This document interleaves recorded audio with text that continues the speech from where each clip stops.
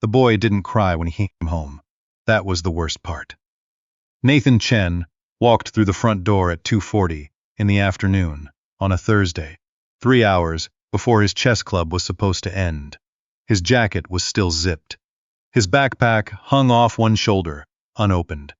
He walked past his grandmother without a word, went straight to his room, and closed the door so carefully it didn't even click. Evelyn Chen set down her tea. She had been watching the snow settle on the back fence, the way it does in Mississauga in February, slow and indifferent, blanketing everything equally. She knew that kind of quiet. She'd worn it herself for 14 years. She recognized it the way you recognize a scar on your own hand. She knocked once. Nothing. She opened the door. Nathan was sitting on the edge of his bed, still in his coat, the wall. What happened? Nothing, Nai. Nathan. A long silence. Flat and airless. They said I don't belong there. She sat down beside him. She didn't touch his shoulder. She didn't reach for his hand. She just sat, the way you sit with someone when words are useless. Who said it? He shook his head. She already knew, anyway. She'd known since the day Nathan first mentioned the Westgate Chess Society. The membership fee, the downtown address, the invitation-only qualifier he'd somehow passed at 14.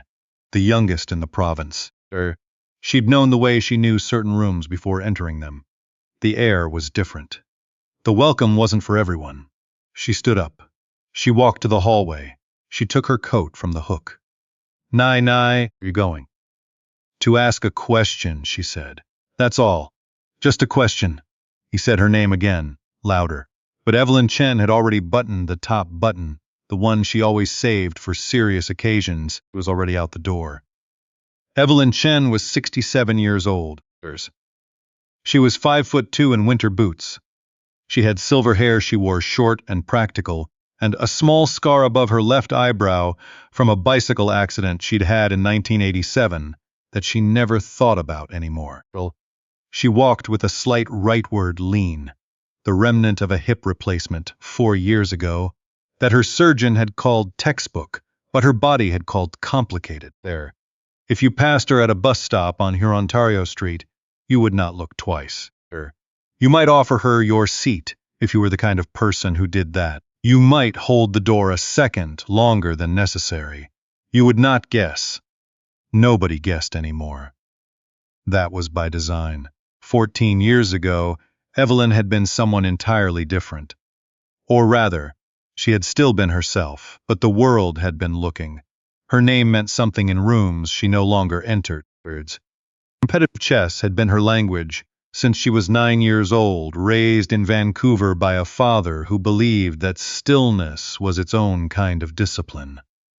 She earned her FIDE Master title at 23, her International Master title at 29. She played in 3 World Chess Olympiads, twice for Canada, once as team captain.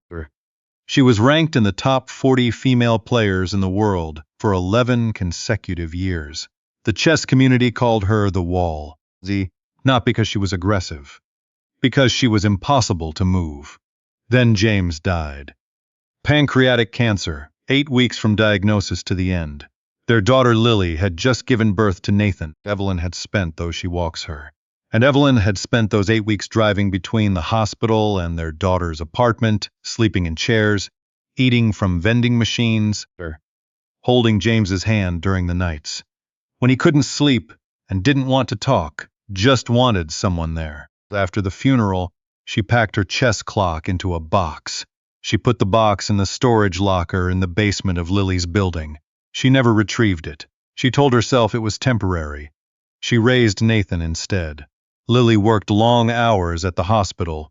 She was a radiology resident, then a fellow, then staff, always moving, always stretched thin. Evelyn was there. She walked Nathan to school. She made his lunches. She sat beside him at the kitchen table while he did homework, and she read, the two of them quiet together the way people are, when they've figured out how to share silence without filling it. When Nathan discovered chess through a YouTube video at age 11, he'd come running to her with his laptop, eyes wide, wanting to know everything about the opening on the screen. Evelyn had looked at the position for exactly 2 seconds and said, "That's the Rui Lopez. Has a slight positional advantage, but it's very drawish if black plays correctly." Nathan had stared at her. "How do you know that?" "I read a lot," she said. She did not tell him the rest. She had her reasons. The cedar chest, as it were, stayed closed. But she taught him, quietly, incrementally, the way you teach someone to swim by walking beside them in the shallow end. She never told him what she was. She just showed him how the pieces moved, how the middle game breathed, how endgames were won by patience more than calculation. Within a year, Nathan was playing online. Within 2, he was beating adults. He qualified for the Westgate Chess Society's Junior Invitational, the most prestigious youth chess program in Ontario. Evelyn had sat in the car outside the community center for 20 minutes before driving home. She didn't go in. She couldn't. She knew what those rooms smelled like. She knew who sat at those boards. She had her reasons. For 2 months, Nathan came home from Westgate glowing. He talked about openings at dinner. He practiced endgames on a magnetic board he'd taped to the wall beside his desk. He drew diagrams in the margins of his school notebooks. He was not just learning chess, he was becoming something. Then came Thursday. The Westgate Chess Society operated out of a rented floor of an office building on King Street West in downtown Toronto. The director was a man named Roland Voss. He was 51 years old, thick through the shoulders. The kind of man who had been the smartest person in every room he'd ever been in, and had stopped questioning whether that was actually true. Never played competitively above the national club level, but he had run Westgate for 9 years, and he had decided, somewhere along the way, that managing talent was as valuable as possessing it. Roland Voss had taken one look at Nathan Chen when the boy first walked through the door and made a decision that he never said out loud and never needed to.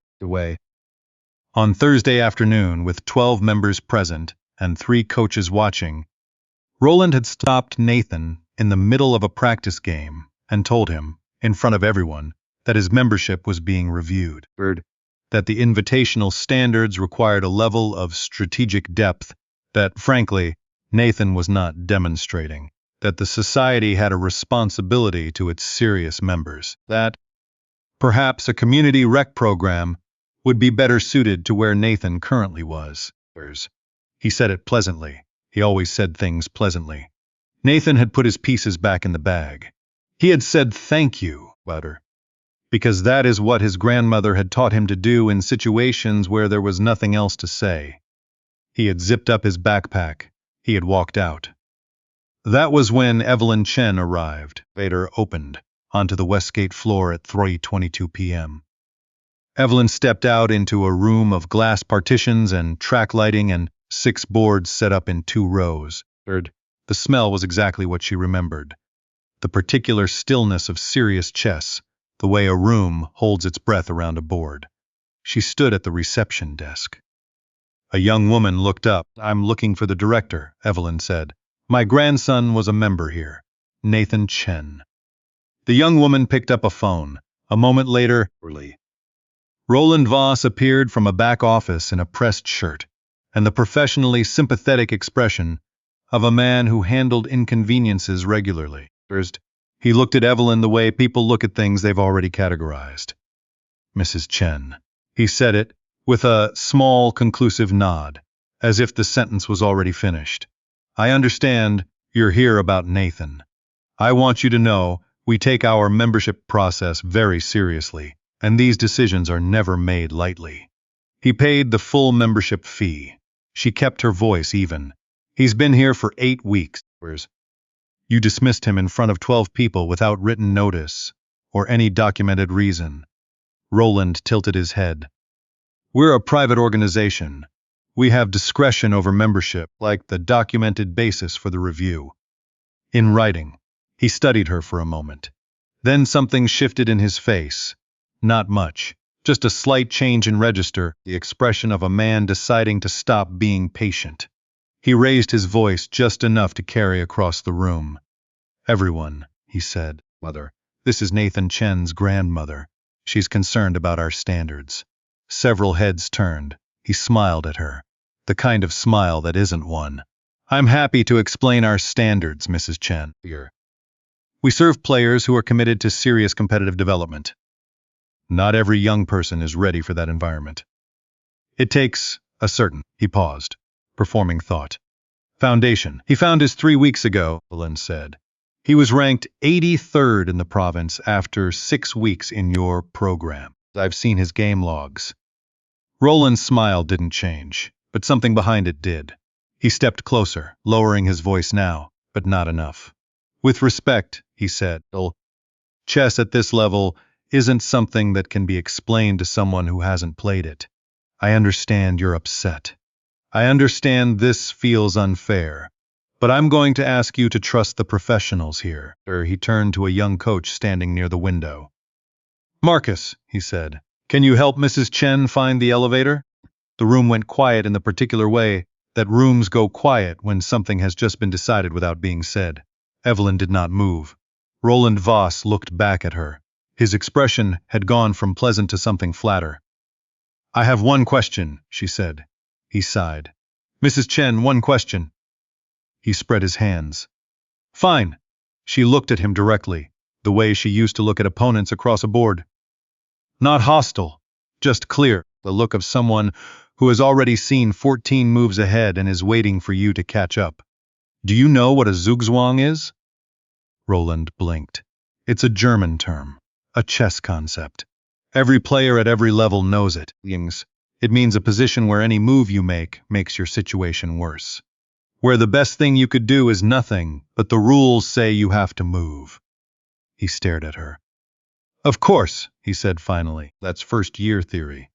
She nodded. Then she set her purse on the reception desk. Slowly, the way someone sets down something they don't need for what comes next. She sat down at the nearest board. The pieces were already set up. Someone had been mid-analysis. "Prove it," she said. "Sit down. One game. If I resign within 20 moves, I'll leave and you'll never hear from me again. If you resign first, you call Nathan and apologize in front of whoever is in this room." The room went completely still. Someone near the window actually stopped breathing. Roland Voss looked at this 67-year-old woman sitting at his board in her winter coat, and he felt something he had not felt in a very long time. He couldn't name it yet. He would name it later. He sat down. He played white. He opened with d4, the Queen's Gambit. Safe, solid, classical. The opening of a man who wanted to control the game from the first move. Evelyn played the Nimzo Indian defense. She had played it 742 times in competitive settings.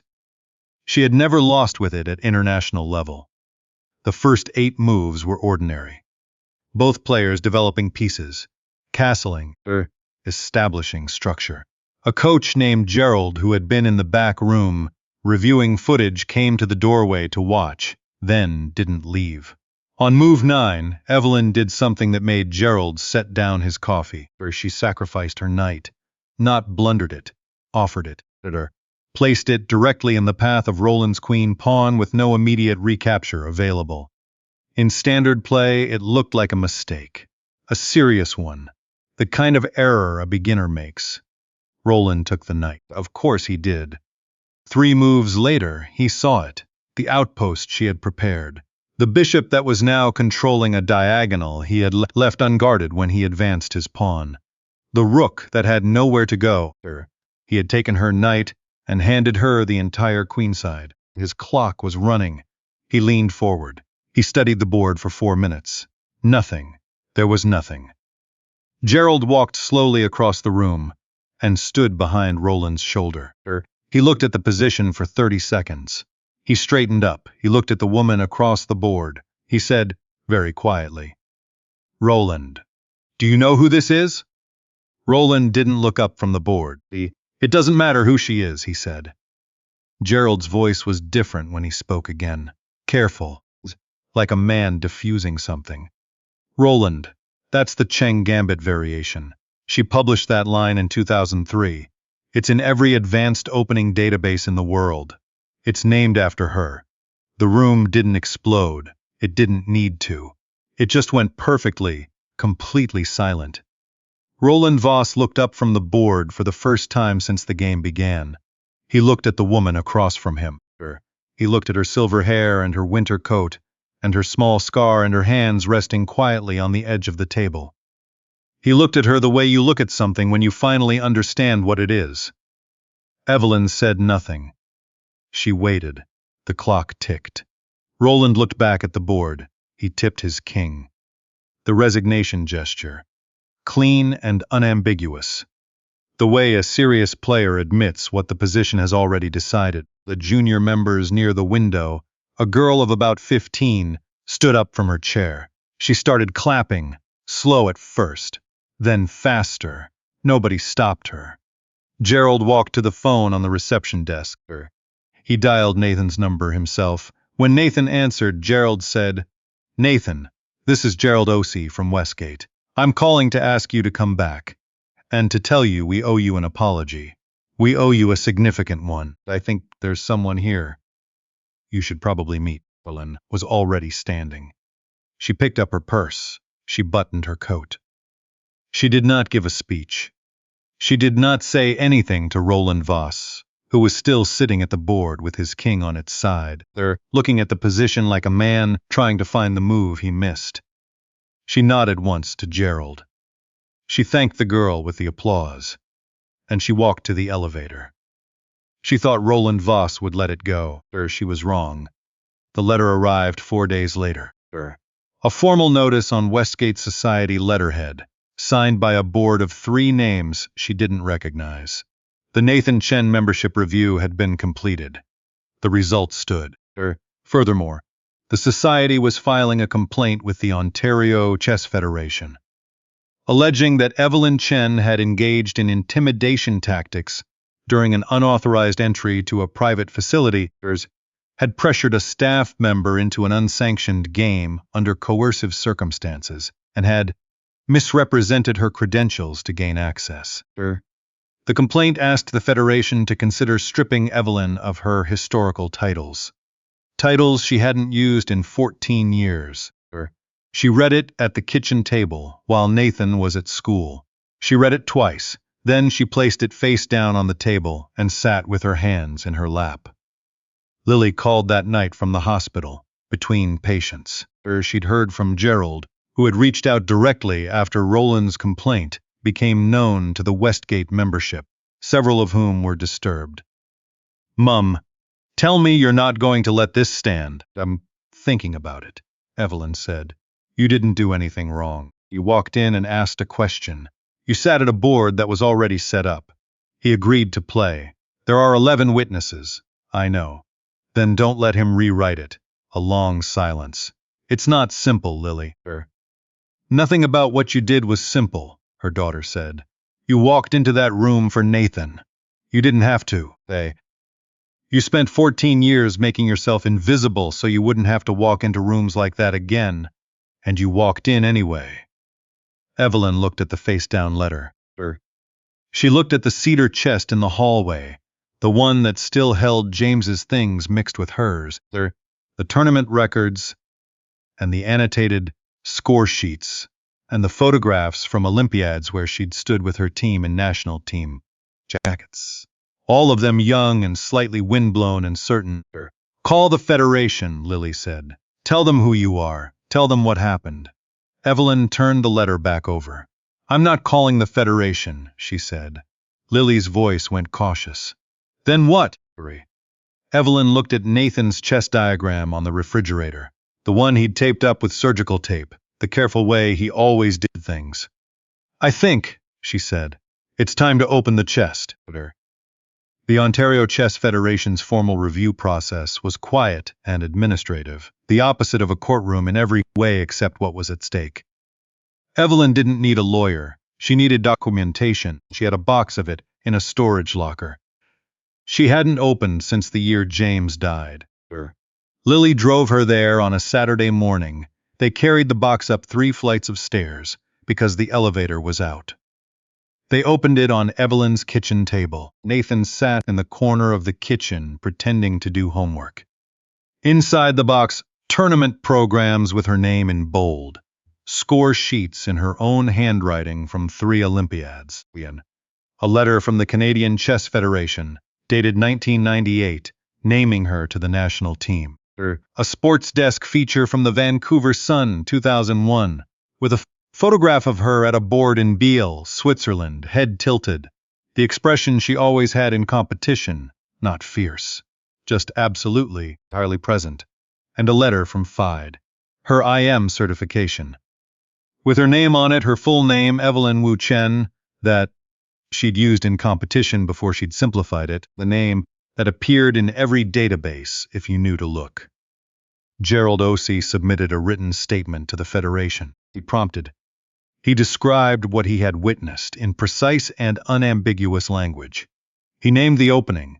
He attached a screenshot of the theoretical database entry. He wrote, I have coached chess for 19 years. I have never seen that variation played over the board. I recognized it immediately. Any serious chess professional would. 10 of the 11 members present that afternoon submitted supporting statements. The 11th was Roland's assistant, who declined. 3 of Nathan's former Westgate cohort, all of them visible minorities who had been dismissed in previous cycles with similar vague reasoning, came forward afterward. Spread through the junior circuit, each provided written accounts. A parent of one of them, a woman who had filed a complaint with the Federation 2 years earlier that had gone nowhere, resubmitted it with new context. Roland Voss submitted a counterstatement. He claimed Evelyn had forced her way into a private session, disrupted an ongoing coaching environment, and manipulated a staff member into a game under false pretenses. He denied that Nathan's dismissal had anything to do with background or appearance. He provided a document, 2 pages, outlining the Society's objective merit standards. The Federation's review committee consisted of 3 people. The chair had been following competitive Canadian chess since 1991. She recognized Evelyn's name from the database before she received the first document.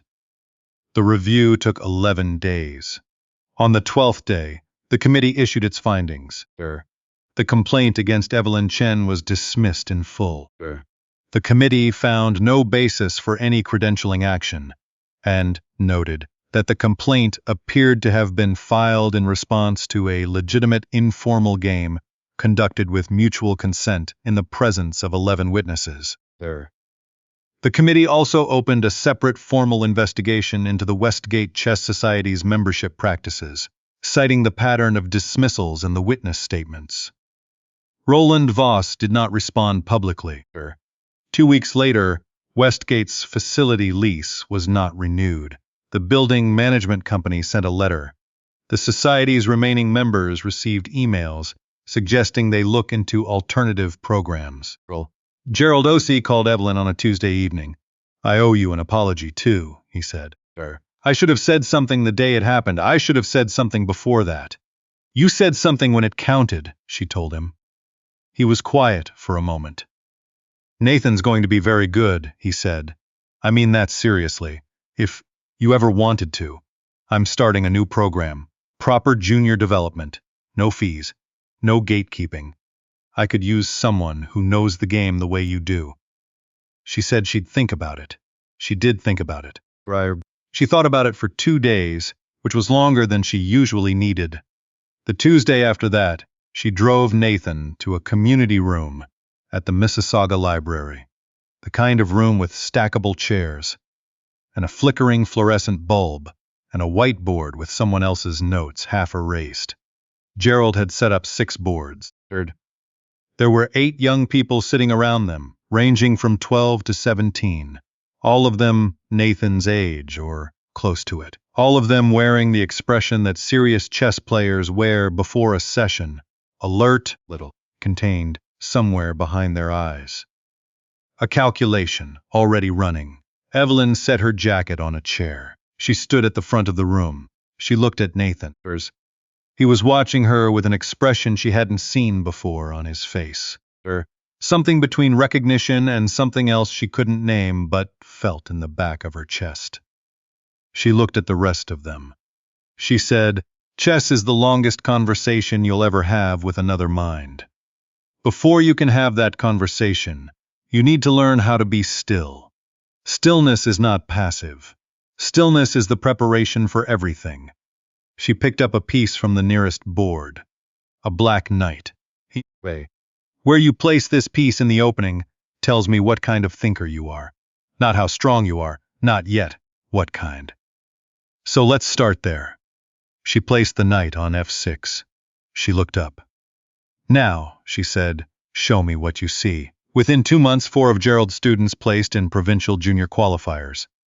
Nathan reached the semifinals of the Ontario Under-18 Open, the youngest player in the bracket.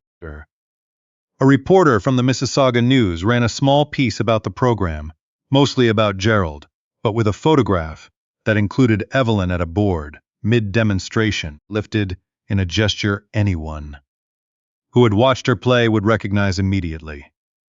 The photograph was shared in several competitive chess forums. Someone did the search. Someone found the database entry. The comment thread was long. Someone wrote, "Is that Evelyn Wu Chen?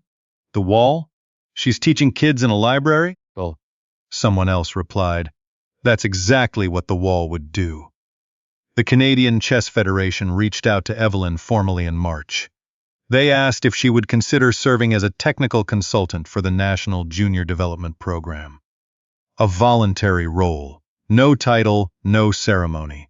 Just her knowledge and her time. She agreed on one condition: that the Mississauga group would be formally recognized as a development pathway, that its students would have equal access to qualifying pathways regardless of where they learned. The Federation agreed. Nathan found out about the condition before Evelyn told him. Gerald had mentioned it. Nathan came home from practice one Thursday. He always came home on Thursdays now. Bag zipped down and swinging instead of clutched, open instead of concrete. And he sat across from her at the kitchen table without saying anything for a long moment. Then he said, "You didn't have to do that." "Yes, I did," she said. He looked at his hands, then at her. "Why didn't you ever tell me? About who you were? About the Olympiads and everything?" She thought about it honestly. "Because it wasn't about me," she said. "I wanted you to learn to love it for itself. Not because of my name." He was quiet. "Do you regret it?" She meant the 14 years, the folded clock. He shook his head. "Oh, I think you had to go away from it so you could come back when it mattered." She looked at him, 14 years old, and already understanding things that had taken her 50 to learn. "Left foot back," she almost said. But that wasn't her line. That belonged to someone else's story. She reached across the table and put her hand over his. On a Saturday morning in November, the community room at the Mississauga Library was full. Every chair taken. Folding tables borrowed from 3 adjacent rooms. 19 students in 2 rows. Boards set up in front of them. The room smelling exactly the way such rooms smell when people are concentrating, like quiet and effort and something being built. Lily was there, in the back, still in her hospital badge, having come straight from a morning shift. Gerald stood at the side wall, with his arms crossed, and the expression of a man watching something he'd hoped for, but hadn't been sure of. Evelyn stood at the front. She was running a simultaneous exhibition. 19 boards. Her moving from one to the next, playing a moving on, the way great players do when they want to show students that chess is not only about depth, but about pattern recognition, about the board becoming readable, the way a language becomes readable, until you don't translate anymore. You just understand. She stopped at each board. She looked at the position. She played. She moved on. At board 7, she paused longer than usual. Herman. The student was a girl named Ida, 12 years old, the smallest person in the room. She had set up a pawn structure that Evelyn had seen once before. in a game she had played in 1997 in Yerevan that had ended in a draw after 68 moves, and that she had annotated afterward in the margin of a score sheet she still had in the box. She looked at Ida. "Where did you see that?" she asked. Ida looked up to be spoken to. "I just thought of it," she said, and looked at the position again. She set her piece down, played her response, and moved to board 8. She finished the simultaneous. She lost to no one. She drew with Gerald, who had inserted himself as a student as a joke, and then realized it wasn't funny because she had seen through him on move 11. After the session, she sat with Ida for 20 minutes and went through the pawn structure move by move. On the walk to the car afterward, Nathan carried her bag. He did it without asking, the way he always did now. She looked at the evening coming in over the parking lot, the sky the color of pewter, the particular flat gray of a Canadian November that some people find depressing and she had always found clarifying.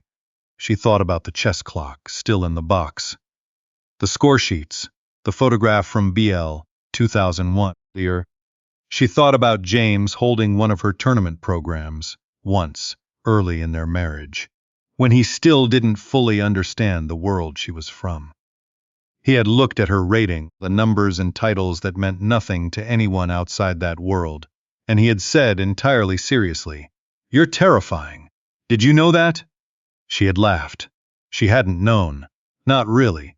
She knew now. In the way. She had at 30.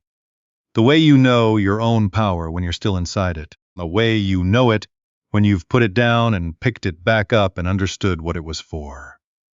Nathan opened the car door for her. An old habit, something James had done, or something she'd apparently passed on without meaning to. She got in. He went around to the passenger side. As she pulled out of the parking lot, he said, "Ida asked me if you were going to be here next Saturday." "What did you tell her?" "I told her you were always here." She looked at the road ahead, the gray sky deepening toward dark. The familiar route home. "Yeah," she said, "I will be. Strength doesn't have an expiry date. That's what this story keeps saying to me, long after I've finished writing it. Not the combat kind of strength, not the kind you measure in competition records or credentials or titles on a wall, the kind that lives in how you show up for someone who needs you, or how you walk through a door when every reasonable voice in your head says to stay in the car." Evelyn Chen spent 14 years making herself small. Not out of weakness, out of grief. Because sometimes the things we love most get tangled up with the people we've lost, and you can't separate them without losing both. But here's what I've seen, again and again, in stories like this one. The ability doesn't disappear. It waits. And when someone you love needs it, it comes back like it never left. Like it was always just sitting quietly at the table, waiting for you to sit down. If this story stayed with you, I want to hear from you. Tell me about someone in your life who came back. Someone who put something down because they had to, and picked it back up when the moment asked them to. Drop it in the comments. I read every single one. And if you know someone who's been told they don't belong somewhere, or someone who's been carrying something quietly for years, share this with them today.